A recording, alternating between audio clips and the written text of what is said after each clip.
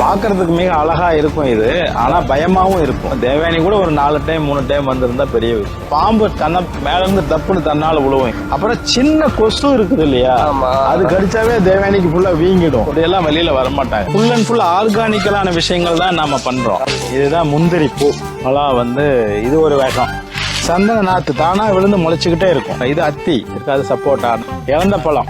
இதெல்லாம் நெல்லிக்காய் மரங்கள் இருக்குது, சந்தன மரங்கள் இருக்குது, உள்ள பாக்கு மரங்கள் இருக்குது, கொட்டமுத்து போட்டிருக்குது, ஆமணக்குன்னு ஒண்ணு இருக்குது. இது ஃபுல்லா முல்லை பூச்செடி இருந்தது. ஒரு நாளைக்கு 10 கிலோ 12 கிலோ முல்லைப்பூ பறிப்போம். இது நாட்டு கொய்யா.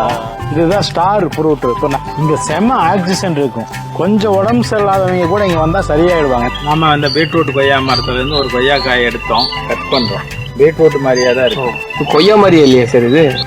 நல்லா இருக்கு சார். இது சாப்பிடும் போது கொய்யா ஃபீல் இருக்கு, ஆனா பார்த்தா நீங்க சொன்ன மாதிரி பீட்ரூட் மாதிரி தான் இருக்கு. மிக விலை உயர்ந்த செம்மரம் இருக்கு இங்க. செம்மரம் இங்க செம்மரம் ஒரு 1000 வச்சேன். அதிகமா இது சாகிறது இல்ல. ஒரு 100 செத்து இருந்தா கூட ஒரு 900 செம்மரம் இருக்கும். தென்னை எவ்வளவு இருக்கு, செம்மரம் எவ்வளவு இருக்கு, எலுமிச்சை எவ்வளவு இருக்கு, கொய்யா?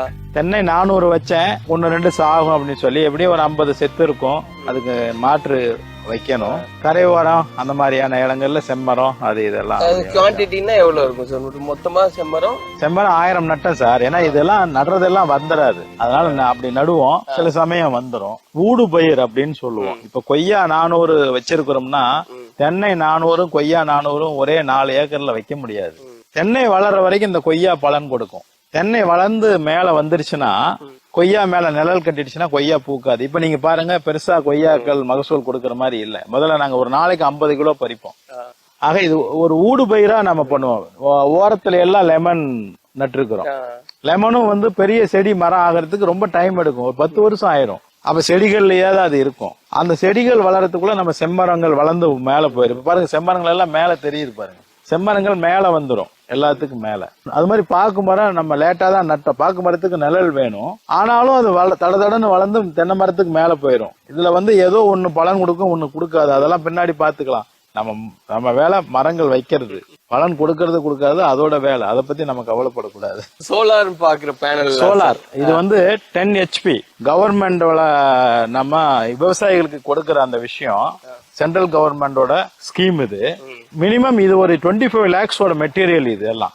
ஆனா நம்ம கிட்ட அவங்க சப்சிடி இதெல்லாம் போட்டு நம்ம கிட்ட வாங்கினது 1 lakh தான் வாங்கியிருக்காங்க. நாங்க தண்ணி இப்ப இந்த செடிகளுக்கு மரங்களுக்கு தண்ணி விடுறதுக்காக ஒரு குளம் நமக்கு வேணும். எப்படியும் அந்த தண்ணி பாருங்க ஊத்திட்டே இருக்குல்ல, அங்க எங்கிருந்து தண்ணி இதுல ரம்பிக்கிட்டே இருக்கும். இதுல இருந்துதான் மரங்களுக்கு செடிகளுக்கு தண்ணி போயிடும்.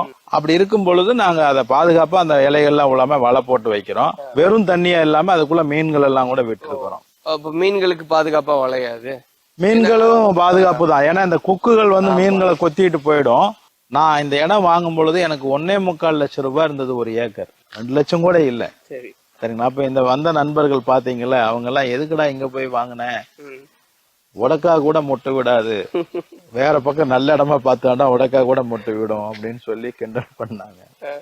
வேற வழி இல்ல, புளியங்கொட்டையை வாங்கி அங்கங்க இறைச்சி விட்டுரு, புளிய மரம் தானா முளைச்சுக்கும், நீ தண்ணியோட தேவையில்லை அப்படின்னாங்க. அந்த மாதிரி இடம். அதுக்கு பிறகு நான் போரெல்லாம் போட்டு ரெடி பண்ண உடனே இந்த லேண்ட் எல்லாம் விலை ஏறிடுச்சு. நானே இந்த இடத்த அப்புறம் 1.25 லட்சத்துக்கு வாங்கின இடத்த நானே 15 லட்சம் கொடுத்து வாங்கின ஒரு ஏக்கர். அதிகமாயிடுச்சு. இது என்ன சார், கயிறெல்லாம் கட்டி மீனுக்கு சாப்பாடு முள்ள இருக்குதுல்ல, மீன் அதுக்கு சாப்பாடுக்காக மாமா அத இது பண்ணுவாரு. ஆமா, இது அப்படியே லைட்டா மேல எடுத்தோம்னா அது அப்படியே மேல வரும். அதுக்குள்ள சாப்பாடு இருக்குது. மீன்கள் அதை சாப்பிட்டுட்டு போவாங்க. ஆக்சுவலா இது குழந்தைங்க இங்க டைம் ஸ்பெண்ட் பண்ணும்போது அவங்களுக்கு இந்த ஆக்டிவிட்டிஸே பிடிக்கும் இல்லையா சார்? எவ்வளவு ஹாப்பியா இருப்பாங்க இங்க வரும்போது? சார் இங்க முதல்ல கூட அவங்க ஏதோ ஒரு டைம் 2 டைம் தான் வருவாங்க.